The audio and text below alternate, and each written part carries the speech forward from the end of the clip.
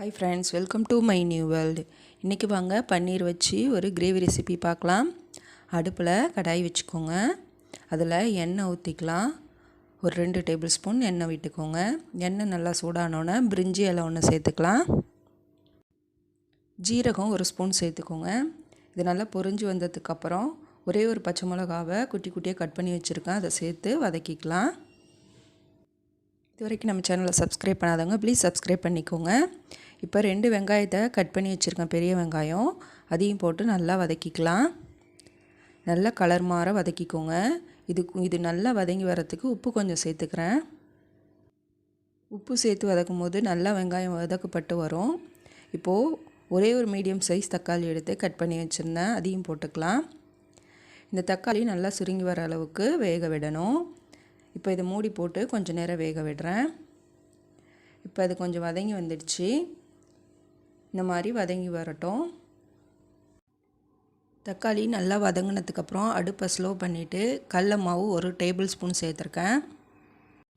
கடல மாவை நல்லா இந்த எண்ணெயிலேயே வதக்கிக்கோங்க. அப்போ தான் அதோட பச்சை வாசனைலாம் நல்லா போகும். அடுப்பை நல்லா சிம்மிலே வச்சுட்டு வதக்கிக்கோங்க. இப்போ அது நல்லா வதங்கி வந்ததுக்கப்புறம் ஒரு 1/2 ஸ்பூன் மஞ்சள் தூளும் 1 ஸ்பூன் தனி மிளகாய் தூள் 1 ஸ்பூன் தனியாத்தூள் சேர்த்துருக்கேன். உங்கள் காரத்துக்கு ஏற்ப நீங்கள் கூட்டவோ குறைச்சோ செஞ்சுக்கலாம். இப்போ அதை நல்லா வதக்கிக்கோங்க. இப்போ இதில் இன்னும் டேஸ்ட் கொடுக்கறதுக்காக கரம் மசாலா ஒரு 1/2 ஸ்பூன் சேர்த்துருக்கேன். இதில் இப்போ கொஞ்சமாக தண்ணி ஊற்றி நல்லா இதோட பச்சை வாசனைலாம் போய் வதங்கி வர அளவுக்கு நம்ம வேக விடலாம். ஒரு 5 நிமிஷம் அப்படியே அது நல்லா வெந்து வரணும். இப்போ இதை மூடி போட்டு நல்லா வேக விட்டு எடுத்துட்டேன் பாருங்கள். இப்போ அது நல்லா மசிஞ்சு வெந்துடுச்சு. 200 கிராம் பன்னீர் எடுத்து துருவி வச்சுக்கோங்க. இப்போ அது நல்லா எண்ணெய்லாம் பிரிஞ்சு வர அளவுக்கு வெந்து வந்துடுச்சு பாருங்கள். இப்போது நான் பன்னீரை நல்லா துருவி எடுத்து வந்துட்டேன். நம்ம கேரட்லாம் துருவோம் இல்லையா, அதில் வச்சு நல்லா துருவி எடுத்துக்கோங்க. இப்படி செஞ்சு கொடுக்கும்போது குழந்தைங்கள்லாம் அதை நல்லா சாப்பிட்டுடுவாங்க. இப்போ அது நல்லா வதக்கிக்கலாம். ஒரு 2லேருந்து 3 நிமிஷம் வதக்கிக்கோங்க. ரொம்பவும் வதக்குனிங்கன்னா லப்பர் மாதிரி ஆகிடும், சாஃப்டாக இருக்காது. இது கூட கொஞ்சமாக தண்ணி ஊற்றிட்டு இந்த கிரேவிக்கு தேவையான அளவு உப்பு சேர்த்துக்கிறேன். இப்போது நம்ம வெங்காயம் வதக்கும் போதே கொஞ்சம் உப்பு போட்டிருக்கோம், அதனால் பார்த்துட்டு சேர்த்துக்கோங்க. இப்போது இந்த கிரேவிக்கு தேவையான அளவு தண்ணி விட்டுக்கலாம். உங்களுக்கு எந்தளவு கிரேவி வேணுமோ அந்தளவுக்கு நீங்கள் தண்ணி விட்டுக்கலாம்.